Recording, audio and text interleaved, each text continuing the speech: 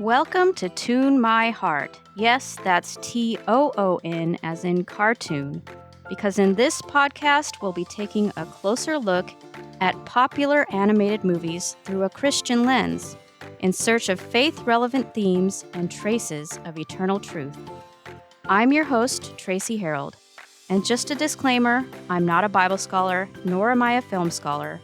I'm just an animation fan who loves Jesus, and who wants to explore how the themes and ideas presented in some of my favorite films might resonate with the Christian faith and help remind us of what we believe, in sometimes surprising ways. So I hope you'll join me as we get animated about our faith.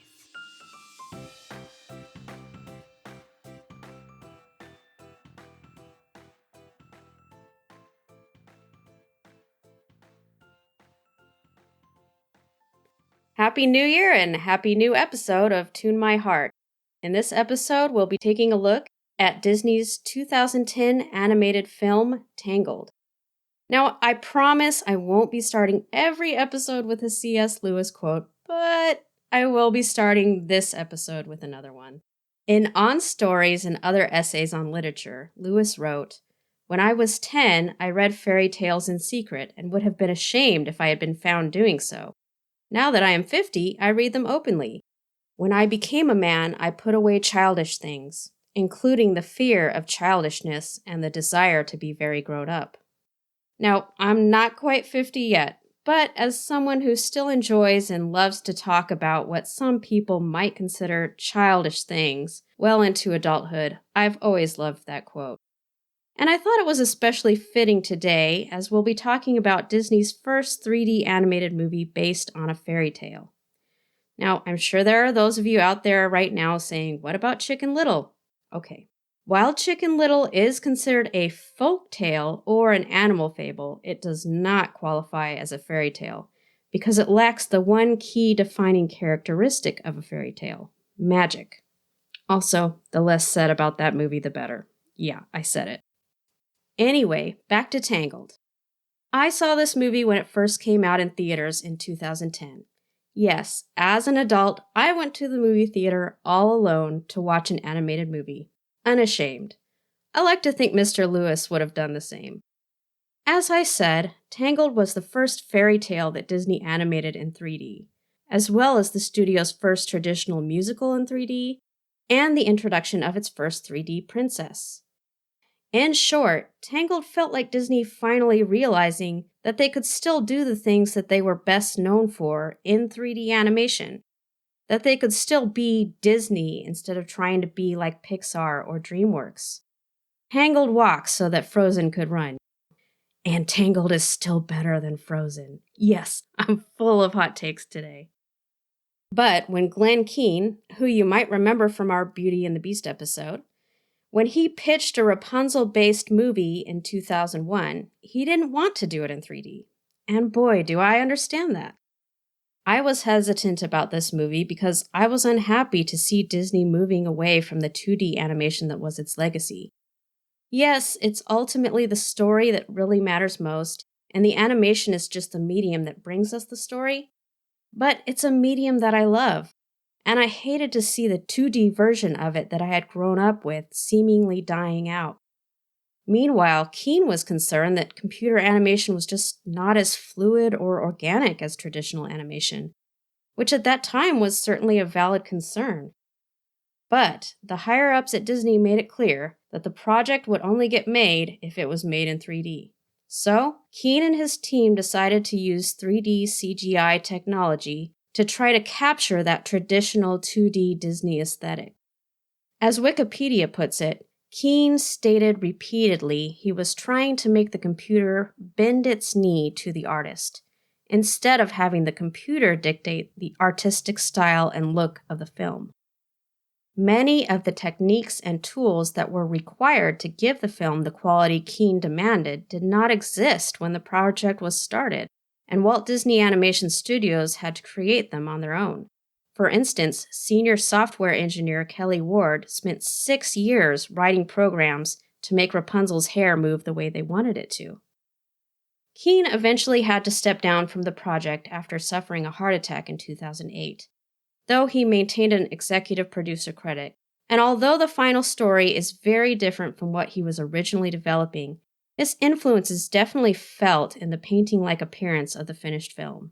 And the technological and stylistic leaps forward that were introduced to make that appearance possible have influenced every CGI Disney movie since.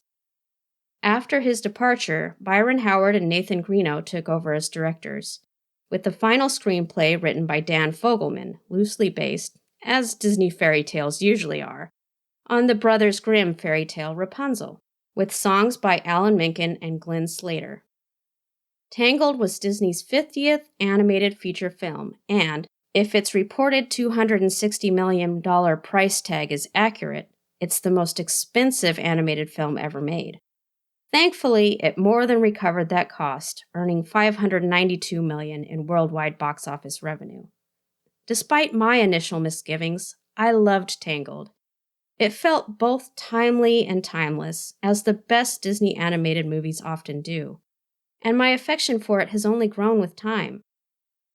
By the way, if you enjoyed this movie too and haven't watched Tangled the series, also known as Rapunzel's Tangled Adventure yet, do yourself a favor and check it out. It's available on Disney+. You want to start with the movie called Tangled Before Ever After, and then move on to the series.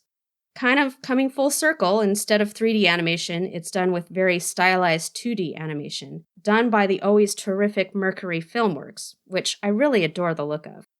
It also features even more original music from Alan Menken and Glenn Slater, sung by Mandy Moore and Zachary Levi returning as Rapunzel and Eugene, along with a lot of new characters voiced by really talented singers like Eden Espinosa, Jeremy Jordan, James Monroe Iglehart, who won a Tony for his role as the genie in Aladdin the musical. Yeah, they brought a lot of incredible talent onto this project, and it shows. And the show also continues a lot of the themes that we'll be talking about in the rest of this episode.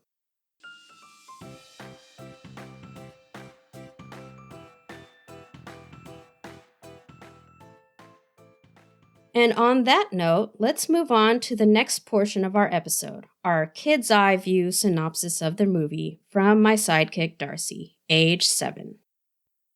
Hello, I'm really happy to be here again. Tangled's about a princess, old lady, and this man called Flynn Rider. Princess's name is Rapunzel. What's special about Rapunzel is she has long hair. Her hair can heal people when she sings and glows when she sings. That's pretty awesome! And Flynn Rider really wanted to get that crown by himself without those guys. But after he got the crown, well, he found this tower with a princess living. And the old lady was out to go get some food or stuff. Well, that happened. He went on a journey to a castle for the floating lights when it only happened on the princess's birthday. And then, when they got back to the tower, the old lady hurt the man, Flynn Rider, and then Flynn Rider cut the princess's hair. What was your favorite part of the movie? My favorite part was the part when he got hit in the head. It was a pan. A pan? A pan. Well, I did like it when the floating lights came and she had a braid in her hair. It was pretty pretty. But your favorite part was hitting him in the head with the frying pan? Yeah, frying pan. Thank you for listening. Bye! Thank you so much, Darcy. Now it's time for the segment I call, Why Is This Not a Christian Movie? Of course, we already know that this is not intended to be a Christian movie, but this is the part of the podcast where we address any elements of the film that Christians might object to, so that we can just get those out of the way and get on with our discussion.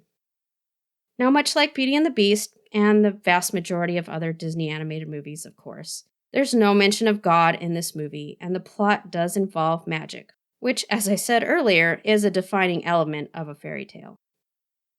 But what I think might most give Christians pause about this movie is that some of the characters are maybe not the best role models, namely Flynn Rider and also the pub thugs. Flynn, when we first meet him, is a thief, selfish to the point of even double-crossing his fellow thieves, and probably a bit of a womanizer based on how he tries to interact with Rapunzel when he first meets her. In short, Flynn Rider is a rogue.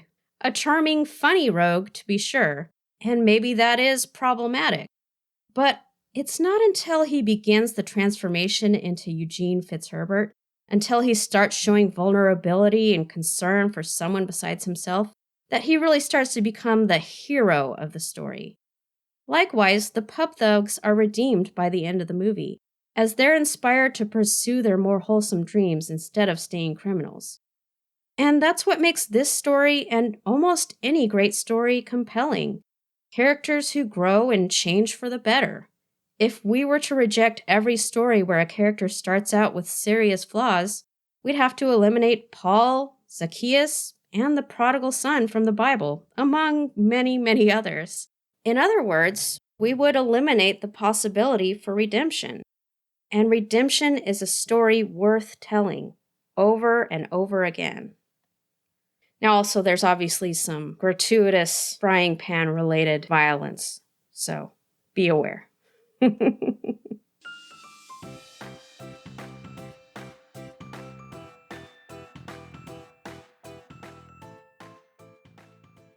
Next, it's time to choose a theme Bible verse for our discussion of this film.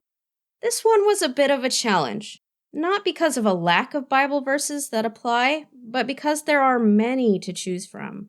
To explain, let me tell you first what I have in mind as the theme for this review, and that is the importance of connecting with other people, of forming communities and relationships.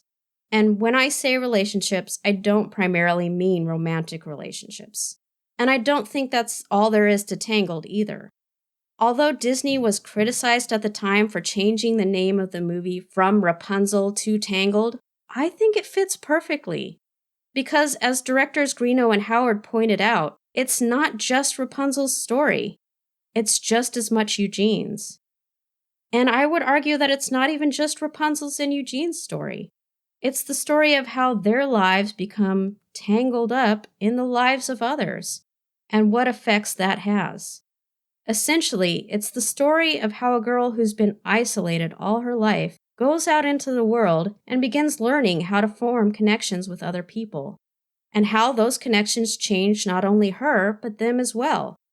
It's about the forming of a community around someone who's been kept from community all her life. So, what Bible verses could speak to this idea? So many. We could go all the way back to the beginning in Genesis 2:18. Then the Lord God said, "It is not good that the man should be alone. We will make a helper suitable for him." Or how about Ecclesiastes 4:9 through 10? Two are better than one, because there is a good reward for their labor together. For if they fall, then one will help up his companion. But woe to him who is alone when he falls and has no one to help him up. Then, of course, there are a multitude of verses about how we're supposed to relate to others in the New Testament to choose from. We are instructed to love one another, of course, but also to submit to one another, comfort one another, be kind to one another, forgive one another, bear with one another, be devoted to and prefer one another, welcome one another, show hospitality to one another, edify one another, exhort one another, confess our faults to one another, pray for one another, and bear one another's burdens. And that's not an exhaustive list.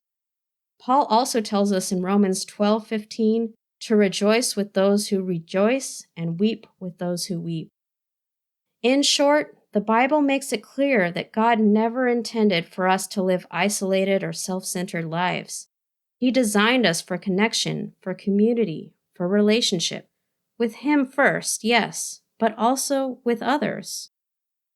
I do want to pause for a moment here, though, to say that I know there are probably those listening who may have separated themselves from a community or family or friendships that they used to be part of, not out of selfishness, but out of self-preservation. Or there may be those who have been forced out of a community that they belong to.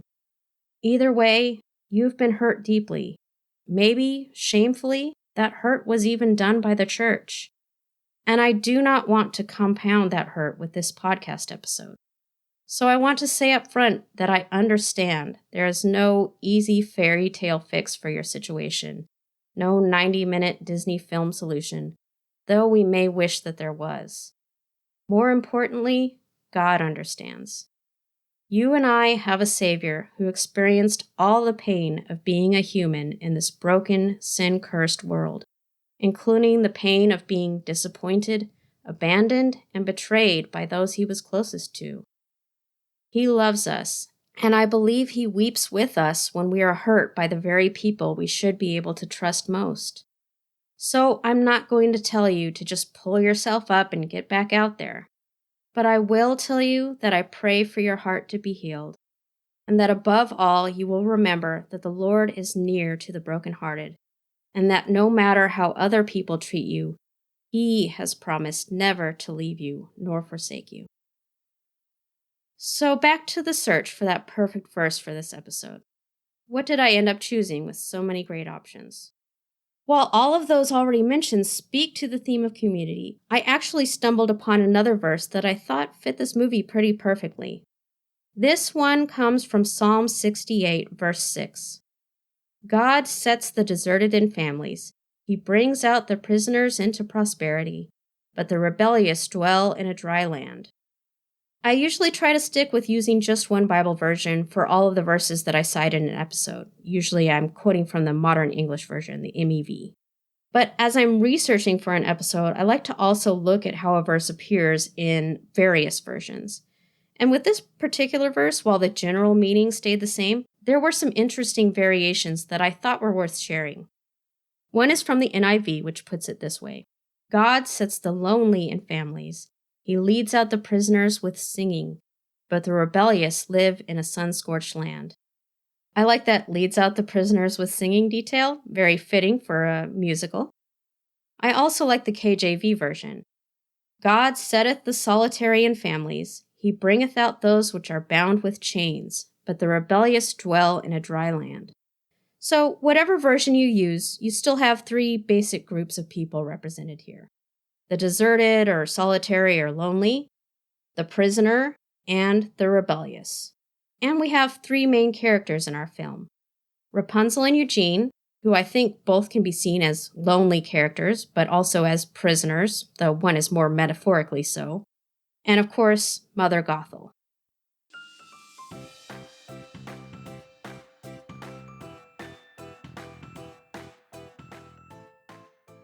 So let's talk about Gothel. As we see from the beginning of the movie, Gothel lives by herself and for herself. She is solitary, but she's not lonely, because she doesn't care about anyone else. She's just obsessed with maintaining her youth and beauty, and when she has the opportunity to share the power of the flower that gives her these things with the people who are searching for a cure for their dying queen, she instead chooses to try to hoard it for herself.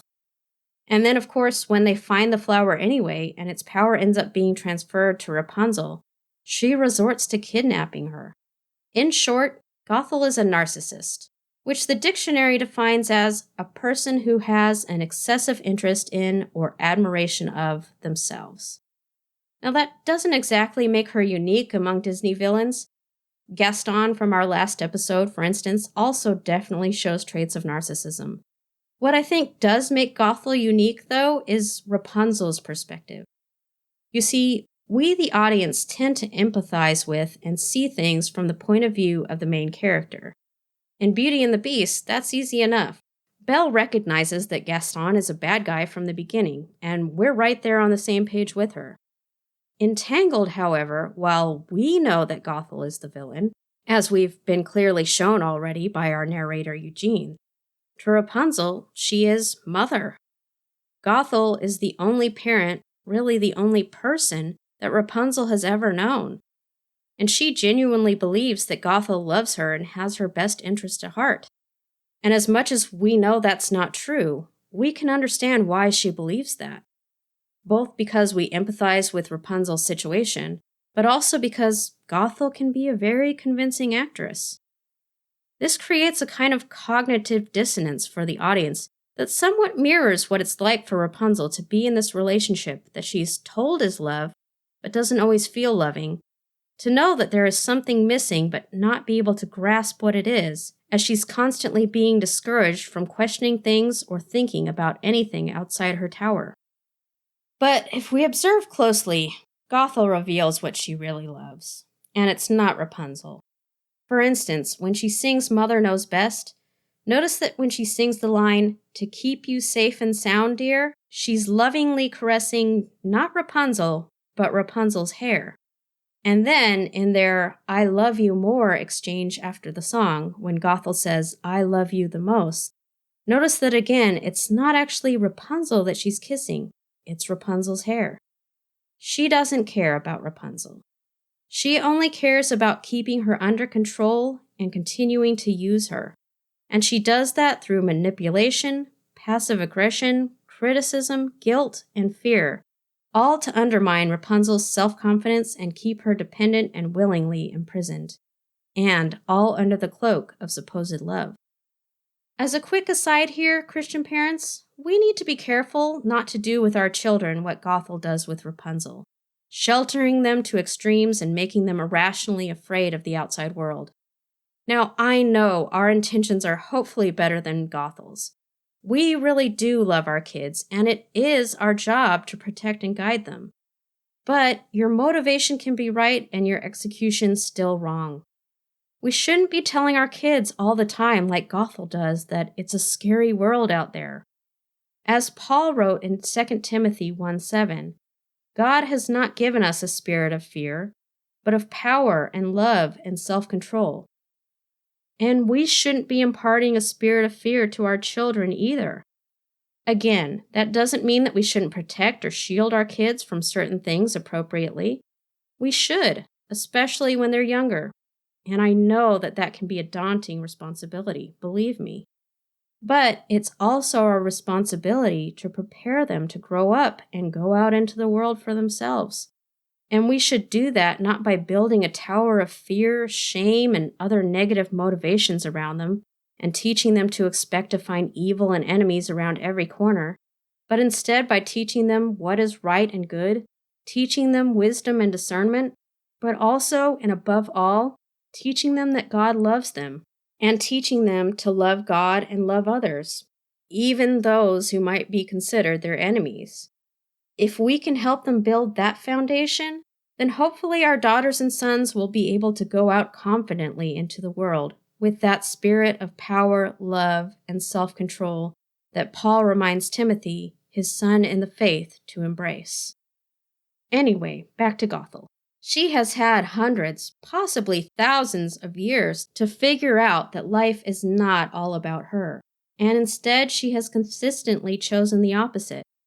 Even given the chance to have a relationship with another person, Rapunzel, she has instead only used her for her own selfish purposes. In other words, she has rejected the call to be part of any sort of relationship or community. You could even say she has rebelled against the notion of living for anyone but herself, making her, let's say, the rebellious one in that three-person equation of our theme verse.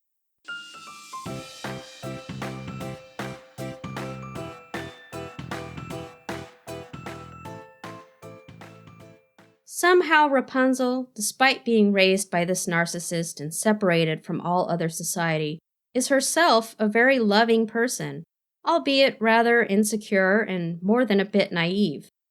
Maybe that's partly because, despite Gothel's otherwise thorough attempts to isolate her, she does have one other relationship, her friendship with the chameleon Pascal.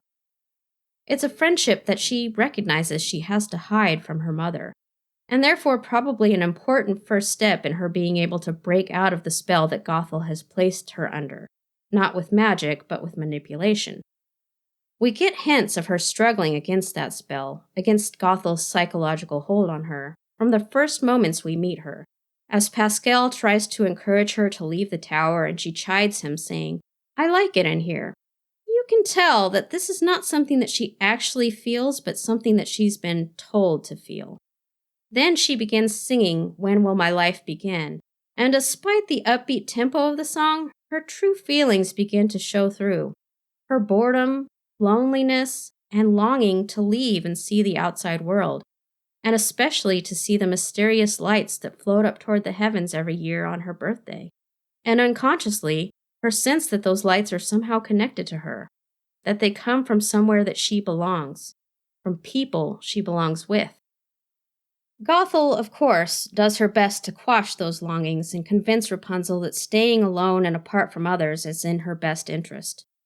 But deep down, Rapunzel already knows that's not the case, because if she was truly all alone, she wouldn't have Pascal.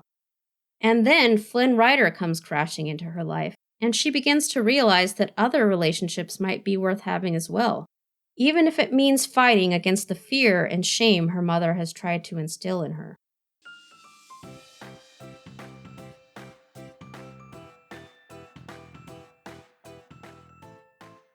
As for Flynn, as we said earlier, he's not a good guy. At least, not at the beginning of the movie.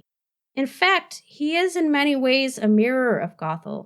Selfish, self-centered, and obsessed with getting what he wants at the expense of everyone else. He even sings in the I've Got a Dream song that his dream is to live all alone.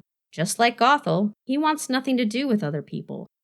He pretends to be friendly and helpful to Rapunzel as he encourages her to leave the tower, but ultimately he's really only out for himself and is manipulating her to get what he wants, just as Gothel did. In fact, he'd be perfectly happy to take her back to the tower and leave her there if he could just convince her to tell him where the tiara is hidden, without having to hold up his end of the bargain and take her to see the lanterns.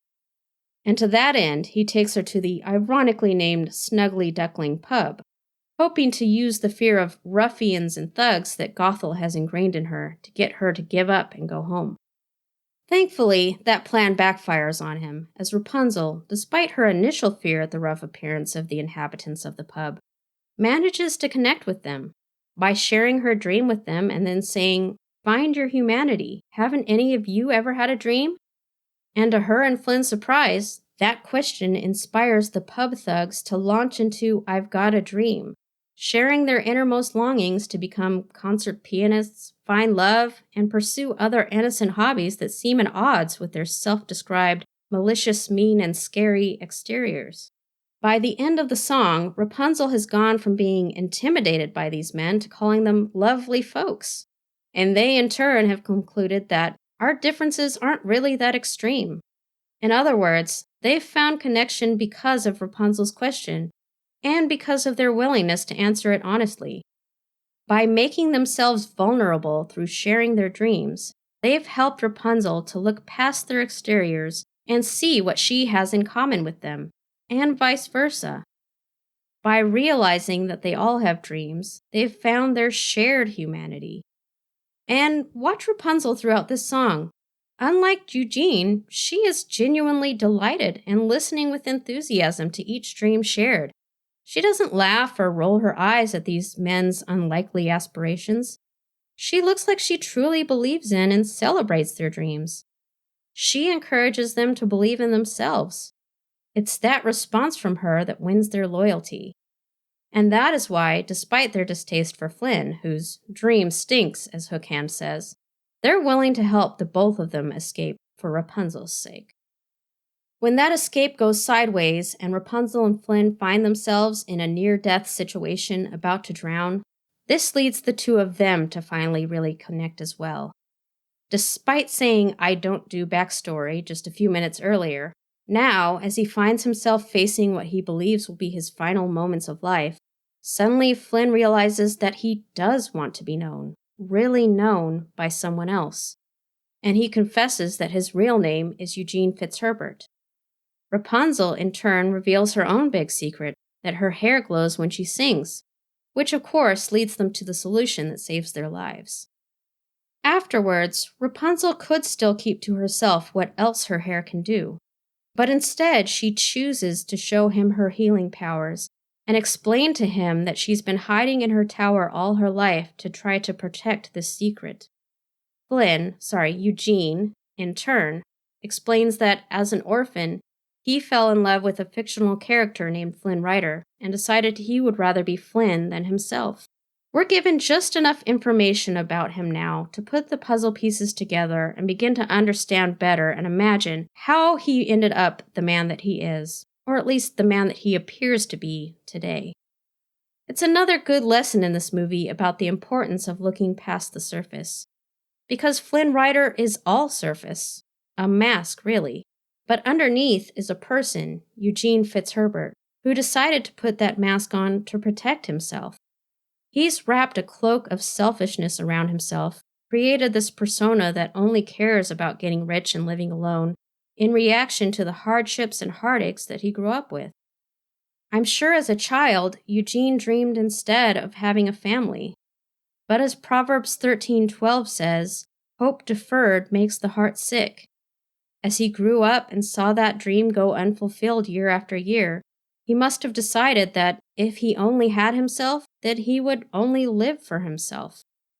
For a boy who had no one else, it's understandable that taking on the persona of Flynn Rider, a man who needs no one else, would look appealing. It calls to mind another C.S. Lewis quote, this one from The Four Loves. To love at all is to be vulnerable. Love anything, and your heart will be wrung and possibly broken. If you want to make sure of keeping it intact, you must give it to no one, not even an animal. Wrap it carefully round with hobbies and little luxuries. Avoid all entanglements. Lock it up safe in the casket or coffin of your selfishness. But in that casket, safe, dark, motionless, airless, it will change. It will not be broken. It will become unbreakable, impenetrable, irredeemable. Thankfully, though making his heart unbreakable seems to have been Eugene's goal in pursuing the selfish life of Flynn Rider, he hasn't quite succeeded past the point of no return. As he and Rapunzel open up to each other, allowing their masks to fall down and sharing their deepest secrets with each other, we begin to see that he is not irredeemable yet. By being real with each other for the first time, he and Rapunzel have formed a connection. By allowing themselves to be vulnerable, they've opened themselves up to the possibility of love. So many of us, probably all of us to some degree, live our lives with masks hiding who we truly are, and preventing us from really being able to connect with others on any deep level. We all have a tendency to show others only the superficial surface of our lives, to be falsely positive and never let people see our hurts or struggles, or even our dreams. Part of me is tempted to blame this on social media, and I'm sure it does play a role. But honestly, I've seen people be vulnerable and painfully real and form meaningful, deep connections in genuine communities through social media too. That may not be the norm, but I think that's less because of the nature of social media and more because of human nature. The way we tend to present ourselves on social media is just an extension of how we behave in the real world, of how we've been trained to behave by society. If you're anything like me, for instance, you've probably been conditioned to automatically respond to someone asking, "How are you?" with "fine" or "good," even if that's the farthest thing from the truth. Lately, I've tried to be more intentional about answering people honestly when they ask me, "How are you?" And while I've sometimes been met with surprise, I've also been told that my honesty is refreshing. And often it leads into real conversation and connection that would never have happened if we just exchanged the expected bland pleasantries and gone on our way.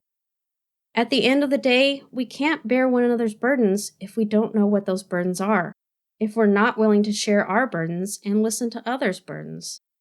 We can't rejoice with those who rejoice and weep with those who weep if we can't open up to each other about the things that make us rejoice and weep.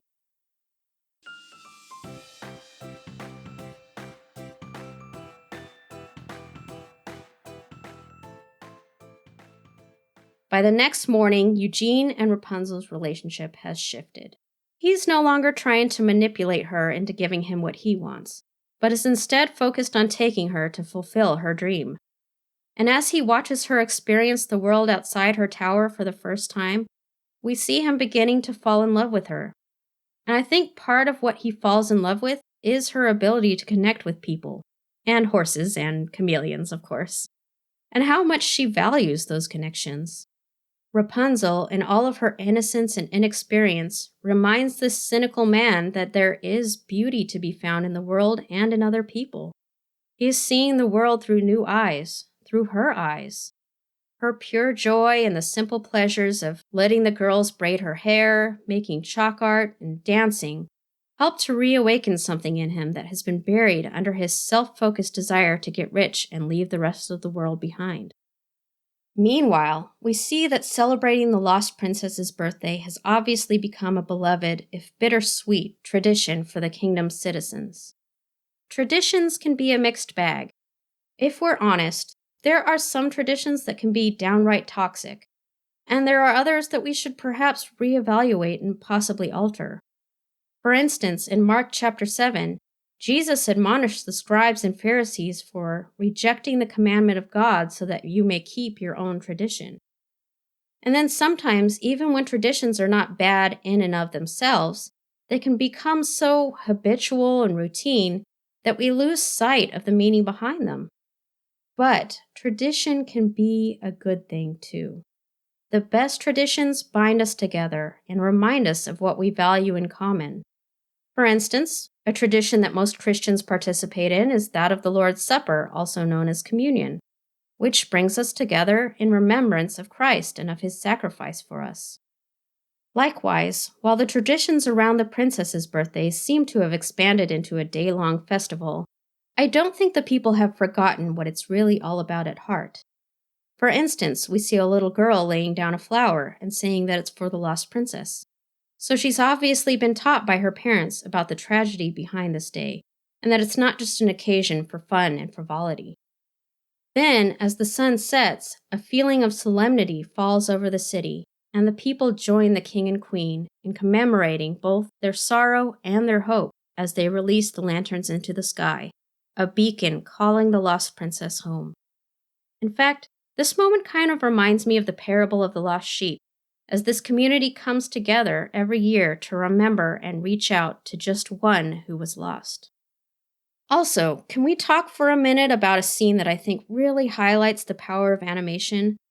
The scene between the king and queen. It's only about 30 seconds long, and not a single word is said, but there is just so much emotion there. It's one of the most powerful scenes in this whole film, and one of the best examples of show don't tell in any film, because you understand exactly what these two are saying to each other with every look and small gesture between them. These are two people who have borne each other's burdens and mourned together for 18 long years. No words are needed. Meanwhile, as the lanterns are released, we have another gorgeous scene, and I think one of the best love songs in any Disney movie, I See the Light. And although it is a love song, I think we can look at it in the context of any relationship, not just romantic ones. Now that I see you is the line repeated at the end of the song. And that's what we all want, and if we're honest, what we all fear, isn't it? We want to see and be seen, to be truly known by others. But it can also be scary to let others in on our whole selves. When we do, though, and when we see and know them in return, it has the power to change our perspective in powerful ways, to help us see the light and see the world in new ways. Just before this, Rapunzel chooses to give Eugene the satchel with the tiara inside. She recognizes that she needs to trust him. She doesn't want to keep him with her through manipulation like Gothel does. She wants him to stay because he really wants to. Of course, this is a risk. Trusting others always is. Because unfortunately, there is always a chance of trust being betrayed. And as they go to shore and Eugene walks away from her, her uncertainty is apparent, as is her heartbreak when Gothel leads her to believe that he has left for good, a demonstration of the fact that trust can be manipulated as well. Of course, Eugene hasn't really abandoned her, but misunderstandings are another almost inevitable risk that we have to accept when we form relationships with other people.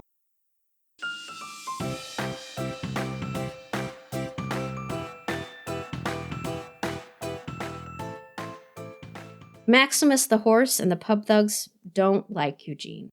And they don't like each other. and yet they willingly come together to save him for Rapunzel's sake, showing the power of the community she has built around herself in one short day through her kindness. Meanwhile, Rapunzel has realized the truth about who she is and confronted Gothel about it. And I love that too. As kind and sweet as Rapunzel is, once she realizes how she's been lied to and manipulated all her life, she's not willing to let it continue. Living our lives with others in mind, living unselfishly, does not mean we have to allow ourselves to be used or abused. I think Rapunzel's experience in the kingdom, getting glimpses of healthy relationships throughout the day, probably helped her to realize that. And yet, when Gothel stabs Eugene, Rapunzel is willing to sacrifice her freedom for the chance to save him. And Eugene, in turn, who started out so selfish, is now willing to sacrifice his life for her freedom. So he cuts her hair before she can heal him, causing Gothel to age rapidly, ending up as a pile of dust. Remember that line from our theme verse, "The rebellious dwell in a dry land"? I'd say it doesn't get much drier than dissolving into a pile of dust. Gothel sought immortality through the wrong means, and instead meets mortality in an instant. Eugene, meanwhile, dies as well, but then is brought back to life as the last bit of magic inside of Rapunzel falls onto his cheek in the form of a tear.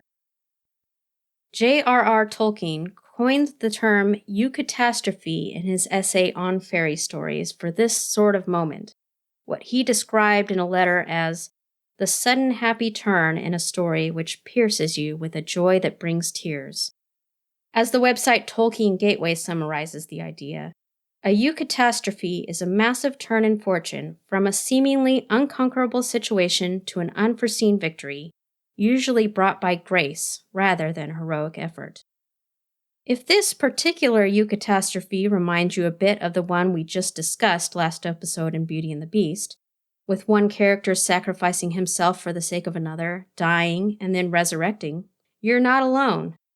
I believe this is a trope that we see recur over and over in the stories that we tell and watch and love because it reminds us of the greatest story ever told, the sacrificial death and resurrection of Jesus Christ.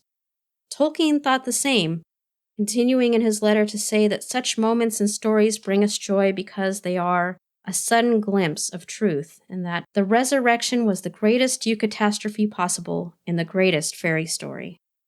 Like Rapunzel unconsciously painting the kingdom's sun emblem over and over into her artwork, an image ingrained in her subconscious from birth and that would finally prove the key to her recognizing her true identity, I believe it's ingrained in us to create and seek out stories with themes of sacrifice and surrender, resurrection and rebirth, because these are key to our true identity and our greatest need.